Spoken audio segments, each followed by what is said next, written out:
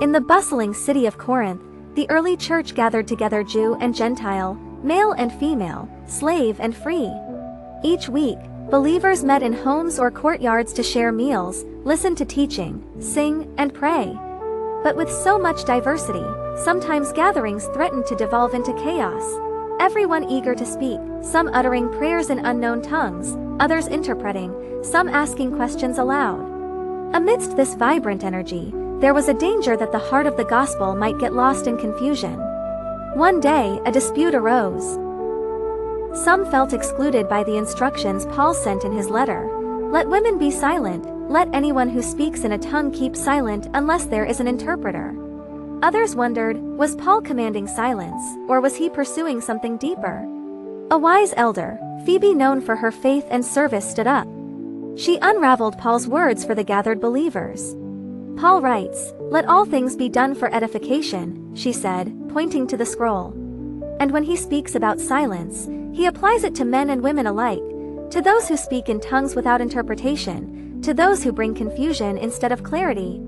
His goal is not to ban voices, but to build the church by making everything understandable. She reminded them of Paul's heart in Romans, "For whoever calls on the name of the Lord shall be saved."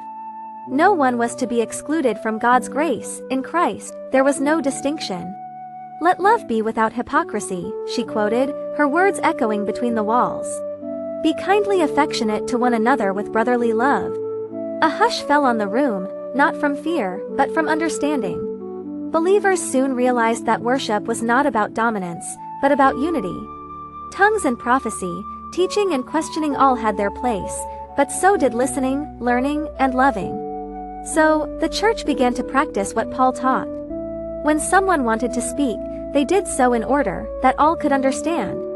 If words in another language were spoken, an interpreter would offer clarity. If confusion threatened, the speaker would wait to honor the body, the message, and the God who called them together. Women and men, young and old, all found a place at the table, not because they were louder, but because they sought to build each other up. Order came not through exclusion, but through love and clarity. The gospel, simple yet profound, sounded forth, that all are welcome to call on the name of Jesus and be saved, and that unity, not division, reflects the heart of Christ.